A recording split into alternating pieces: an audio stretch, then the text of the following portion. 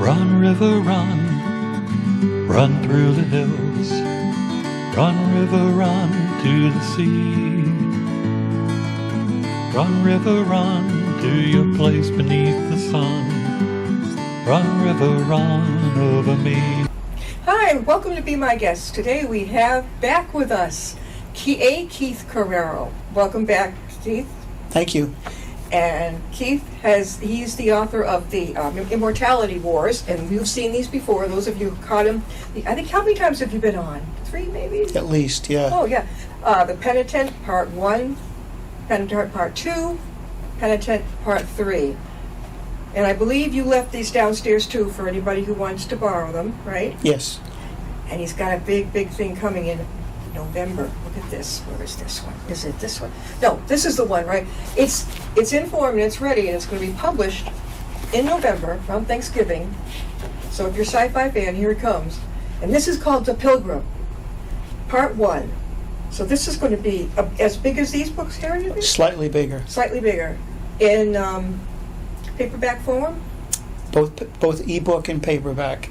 There you go. So if you like me and you like to smell them, hold them, and everything, paperback. And then for you who love the ebook, it'll come out for that too. So this is all of what I have. This has all been sent away and will be ready in November. There's 72,000 words in there. I don't know how anybody can keep their sanity and count the words in their book. Do you have to for the publisher? Yes. But it's also important because you get an understanding if it may not keep that because it's in the editing process. It may either expand or contract or stay the same. I can understand. But then you have, because they're going to be the same size as that, so there'll probably be about 330 pages. And you do the artwork, don't you? You do. No, actually, my cousin Hollis Mahala did the artwork For all your books. for those three. For these three. Who's going to do it for the? I don't know. I have a guy in mind, but I don't know if I can afford him. These are terrific. You sure you don't want to go with the other guy? She won't. She doesn't want me to. She won't do the second series. She says because that has sort of like a Maxfield Parrish feel to it. Yeah. And it fits the time period of the story. And so the second trilogy takes place 540 years from now. I'm not stealing anything by saying this. When you read those three books, you think, as do the characters in it, that you're in the Middle Ages. Yeah. But you're not. You're in the middle of a scientific experiment that's taking place in the 26th century. So the second trilogy, you're in the 26th century. And so I'm looking for something that would represent more of a sci-fi feel to it, but still have that as an element, a thematic element. Now, is this part of the new one coming? What is it? The Orion Spur Migration. What is that? Yeah. So over a period of I would say 200 years, starting now, the peoples of the Earth go through a migration to exoplanets in this part of the galaxy. So our solar system is set right, you can see it right here. That's our solar system here. Yeah. And these are main stars. These are actual exoplanets that I just renamed. There's 12 of them. And where do you come up with these great names? Each one of these represents a group of nationalities. So, for example, Ouroboros is a Greek word for a worm or a dragon that's eating its tail, and it stands for immortality and infinity and wholeness. So the first book of the second trilogy takes place on that planet, Ouroboros. So we're in the middle. So that's Britain. We're in the middle, right where it says Soul. Right. So there's not that many people left on Earth. They're the unwanteds. They're the have-nots, because the Earth is a mess. Don't read the book before bed. Yeah. So Kunzai is China. Yeah? Uh, Where's Russia?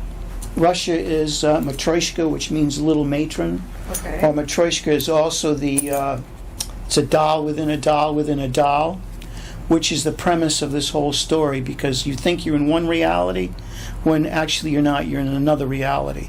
And you may think that you're in that reality, but You're not.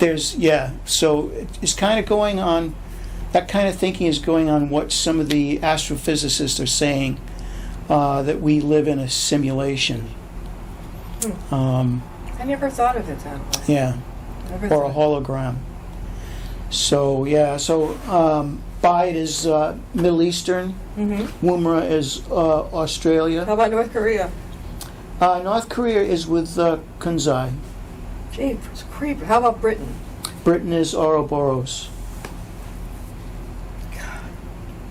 Does that say adios near Ouroboros? Eidos. Eidos. What's that? That's the United States, North Wow. America. Holy. How long did it take you to design this? This took quite a while. Let's see. I published. Well, the first trilogy was finished in 2014, and then the final printing was in August 2019. So between 2019 and 2021, I spent 2 years researching all this. Well, with a lot of it was due to COVID. You could stay put. Right. You're talking with A. Keith Carreiro, and he's back with us with his sci-fi. There's something very special about your new book coming up, and it's dedicated to his dog, Ari. Ari, yep. Ari, who has just passed away. Tell us about it. Tell us about him. You've got your. So I have his collar here. Yeah. And I just got this collar back yesterday. Ari passed on June 13th. So I just got the collar back with his ashes. He wasn't even 17 months old. He died of lymphoma. And he was my muse for the first book in the second trilogy. He lay down at my feet underneath my computer desk.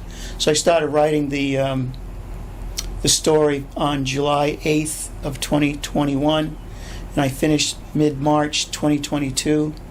And so he was there the whole time, but he was getting sick, and the vet had done an ultrasound on his stomach and found, after aspirating the lymph nodes, that he had an aggressive form of lymphoma, and they gave him 1 to 3 months. Did he go to sleep at home? Yes, I brought in a vet that did that. Okay, so you didn't have to take him there. He passed away in your home. Right.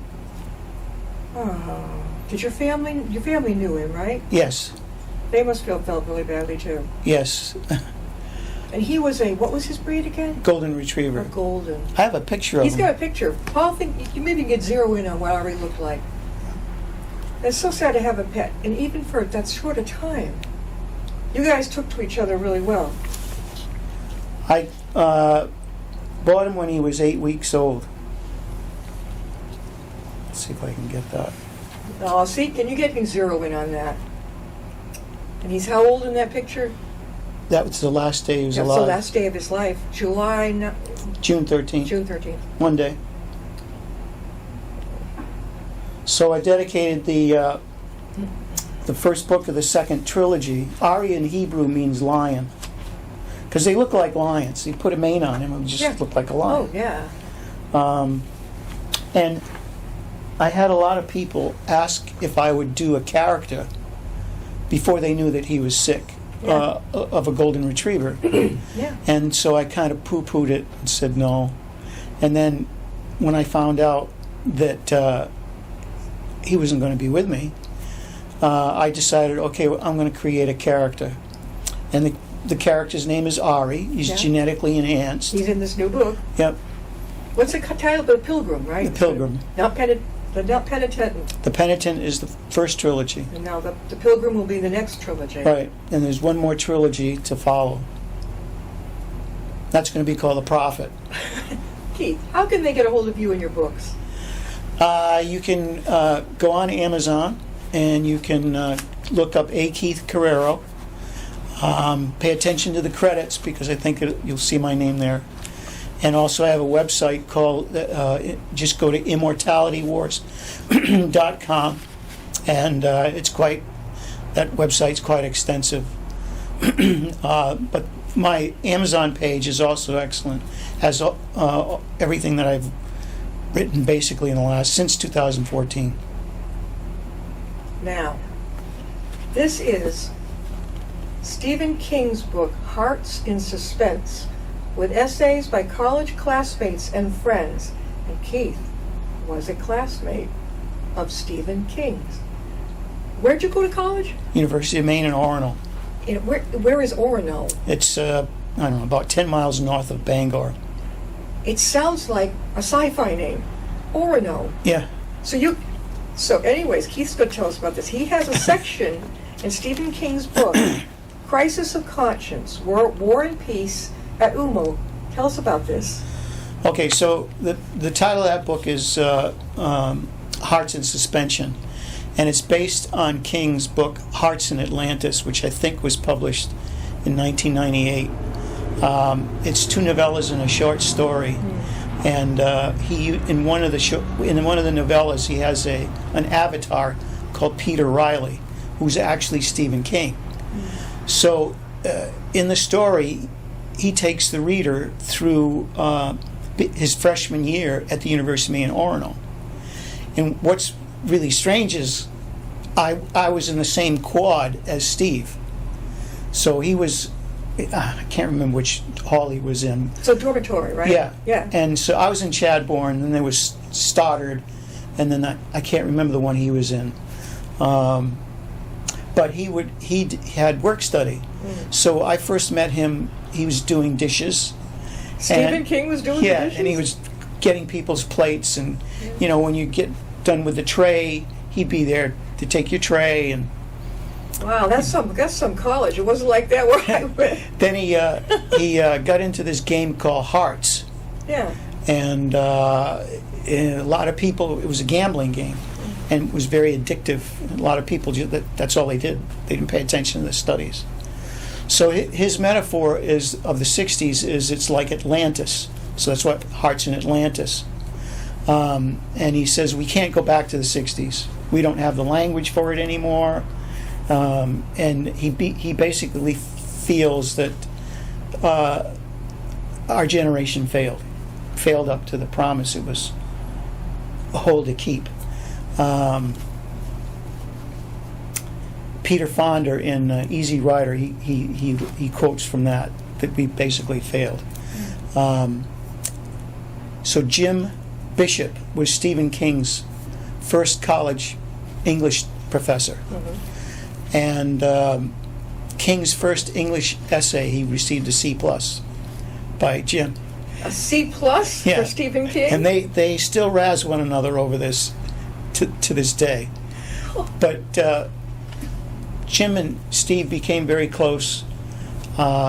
Jim Bishop was a phenomenal professor. And so he had this idea for this book that he would get college classmates and friends of Steve's to write a chapter, and Steve would be writing some new material for it and have some of the older material that is in Hearts in Atlantis. So he pitched Steve the idea, and Steve really liked it. And then Jim was the editor. Bless you. Yes. Jim was the editor for that, and it was a real delight writing that. Stephen King signed this too to Keith. Yeah. What is that little? It says all for Keith. It's all a the peace best. sign. Oh, the peace sign. Yeah, the peace sign. I thought it was a hug. Yeah. Oh, so this came out. I can see like Keith starts out. It's late August 1966.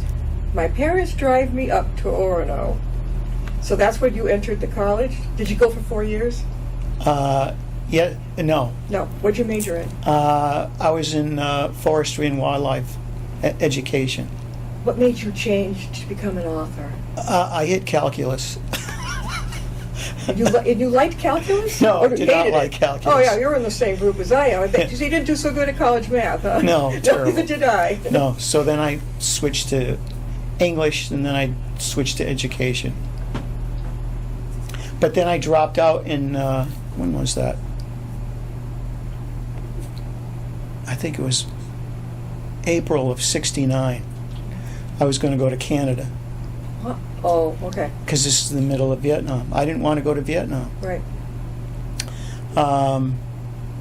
So I was going to leave early in the morning at 5:30, and I told people to wake me up, and I slept on the couch instead of my bed on the first floor. It was 3 floors. And I wake up because somebody's tapping my shoulder, and it's my mother. Because the night before I told my parents on the phone that I was going to go to Canada. Yeah. I felt I needed to do that. So they came and get me. And my father was he was in intelligence in World War II, Army. So it slipped out. You let it slip to your parents that you were going AWOL. Yeah. And they came to get you. Yeah. To take you or to bring you home? Bring me home. And Oh. I said, well, you can't stop me. I'm ready. Yeah. My father said, you better look outside. So I looked outside, and the state police cars all around the. Your father set that up? Yeah. So what happened? So I followed him home. He drove in his car. I drove in mine, and this was around February, and then in May I was drafted, and I was going. So the Greyhound bus picked me up from the back of the Fall River post office, Yeah. and they took us to the Army sub station in South Boston, and there were 500 of us, and so that's what that chapter is all about. So we stripped off our civilian clothes, put them in little wire cages, Yeah. paraded around naked, and they processed us. You got your shots and everything? Yeah, and Yeah. what happened was I was in a line that curved all over the place, and some guy was going by and he was shouting something, but I wasn't paying any attention Yeah. until he was like maybe 15, 20 feet past me. He was shouting my last name. Drill instructor? DI? No, No? I never figured out who this guy was. Uh-oh. So to this day, I think he was FBI. So he's calling your name. Yeah, so I was a student activist, and quite visible on the college campus. And I said, I'm right here. And so he came up and F-bombed me and everything. And he was wearing a doctor's smock with a stethoscope around his neck, but he had no name tag. And he really didn't have a uniform. So he just basically said, come with me. So he took me out of line, and underneath his right hand, he had 2 huge file folders like that, Yeah. but thick. Yeah. Both were really, really thick. Yeah. And we go to this other part of this building, huge part of the building, where there's a white picket fence, and there's army desks, gray, green, metal desks. He sits behind one. He has me standing in front of him naked for 3 hours. Oh, gee.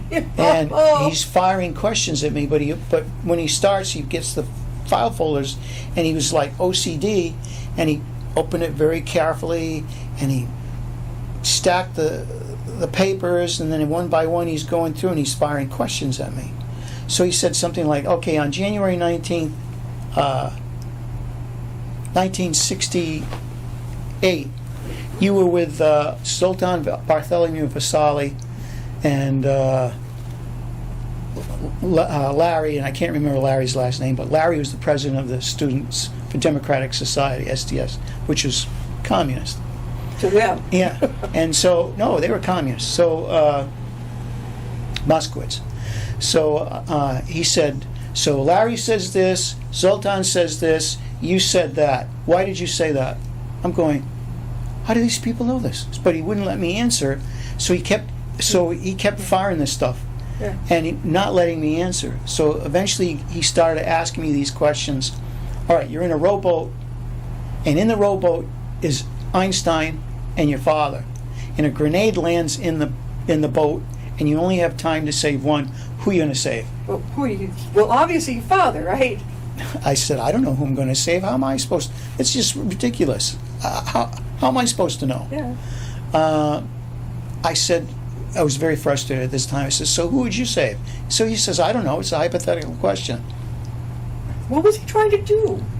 Harass me. I don't know. Did you get signed up? And I have no idea. Did you get into the service? No. So then he says, all right, enough of this. Oh, so then he says, do you believe in the laws of the land?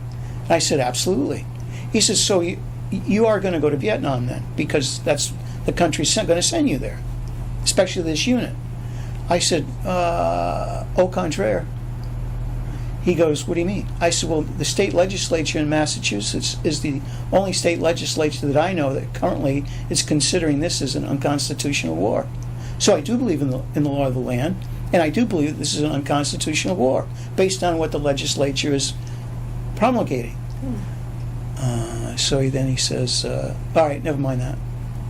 He says, I want you to go back to where you came in, where you entered, and I want you to get your civvies on and go meet me go into this lobby and wait for me and meet me. And I said, I can't just get up and go. So he gives me this 4x6 yellow card. I don't remember anything on that card. So I don't even know what that was all about. So he gives me the card, and I go back down to the cage. The sergeant there is wondering, why are you here? So I give him the card, and the sergeant, boy, just... And you're naked this whole time? Yeah, swearing at me. So he gives me my clothes. I get dressed. I go in the lobby. And I'm waiting for this guy who never identified himself. And he comes through two swinging doors. He walks right by me, like he's right 3 feet in front of me. And he doesn't even look at me. He goes through another set of swinging doors. And he's gone for a half hour. He comes back and he's acting like he's going to walk by me again. He stops and he says, starts swearing at me. Why are you here? What are you doing? I said, you told me to wait for you. You told me to come here. So never mind that. He says, go get on that bus that brought you here, and the Army will let you know your status. It will give you what? It will let you know your status. Is this a setup by your father, maybe? Somebody to make it look like they went through all the... I have no idea. And you never did go? No. You must have been surprised as hell. I did. So first I was really relieved, and then I started carrying a terrible burden of guilt. Yeah. Because all those guys went. Yeah. And that was a very momentous point in my life, because I decided that at that point my life was no longer mine. It just wasn't. So I decided I would go into my music, and then I would do a lot of charity work. You guitar, right? Yeah. You do the Classical. classic guitar. But I accompany people, all different kinds of music. We're talking with A. Keith Carreiro. He is a sci-fi writer, author, and you may remember, you've seen him many times, The Penitent Part One, The Penitent Part Two, everything around here, and The Penitent Part Three, and he's got the new trilogy coming up called The Pilgrim in November. We're going to hold you to that. What is this that I have in my hand? What was this one now? In 2014, at the beginning of 2014, I had decided, because I was 66, I figured that was an ancient age. No. And I said, I've got 1,000 poems, and some I've written on envelopes, backs of envelopes, napkins, pieces of paper, note paper. I said, in terms of legacy, I've got to do something with this. So I worked January and February throughout the first 2 months, 2014, and I updated them and put them all on computer. And when I finished, I said, hey, I feel pretty good. And I also did it because if I can go do poetry readings at a library, and all of it is annotated, so I can show the inspiration, the basis for the inspiration, key terms. So when I finished, I said, okay, what am I going to do? And at the time in February, I was reading Neil Bascom's book, Hunting Eichmann. and it blew me away. So I decided, okay, I'm going to write a poem about Eichmann, and I'm going to write it from the perspective, a semi-perspective, of an agent of the Israeli Mossad, which captured Eichmann in Argentina. So this is what you wrote: "Send down the master in person. Reflections on Adolf Eichmann." Right. So that "Send down the master in person" is a quote from Himmler, Yeah. Heinrich Himmler. What do you think made you so fascinated with that? I'm a product of World War II parents. My mother was an Army nurse. My father was intelligence. My uncles were in the Navy. I had an uncle who was in 5 major campaigns with Patton in Was your Europe. father a good reader? Your mother and father avid No. readers? See, mine were. They were into politics, especially Dad. They were in my Biography, yeah, definitely. I grew up without. I mean, Sundays were sacred. You had to have Meet the Press on and all this stuff. Don't talk to him. Yeah, it was sacred territory, Yeah. and I knew it. Yeah, But then I got a lot from it. yeah. So now, So this is dedicated to them. send down the If you look at there's a dedication in there, the first several pages. let's see. Keith, while I'm bumbling through this, tell them how they can get a hold of you and your books. You can get a hold of me by the throat. Go for it. If you go on to Amazon and look up A. Keith Carreiro, Carreiro, you'll find my author's page, and all the material is there. And if you like what you read, please read a review. I also have a website called ImmortalityWars.com, and that has most of a lot of stuff that I do. So as well. are you out there making appearances now? I'm going to start, yes. I'm starting here. You better believe it. Dedication, I found the page. Yep. It's a tribute to your parents' generation. Very, very good. Your parents, are they with us still? No. My dad was born in 1918. He passed in 2017. Oh, they made it past mine. Dad was born in 1920, passed in 2004, because the caretaker, who was him, didn't take care of himself and passed out taking care of Mom. She lived over a year after that, 2005, I think it was. But in his side of the family, they lived into their 90s. So it was very sad, because I think if he had just said, you know, the heck with the money, you know, you take the money for you and Mom and go live in a nice, what do you call it, assisted living. At least one, maybe both of them would be here to this day. But he didn't take care of himself. He was so busy. He was wonderful taking care of her, and God, he didn't want any help, man. He says, I'm going down with the ship, and he did. He did. Well, we're going to have to close. So, anyway, we have coming up, these are the ones downstairs you can get. And the next one he has coming up is The Pilgrim, and that's the first part of the new trilogy coming up. A. Keith Carreiro. Keith, what was I going to say? So it's going to be both in paperback and the Ebook. The ebook. So, you know, if you like both or either one, it's going to be great. The Pilgrim. Do you know where you might be appearing or want to be next? No. Not yet. Well, we'll get him out there. We really will.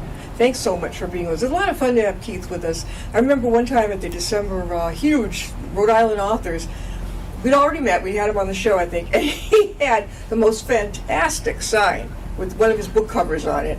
You couldn't miss him. You couldn't miss him, and it was, yeah. You had a good spot too. You know, you couldn't just go by him and ignore him. Most of those places are boom, boom, boom, boom, table after the other, but yours was like standing right out there. You're going to come back, right? You're going to tell us about the new book. Absolutely. See that? See you next time. You'll be my guest.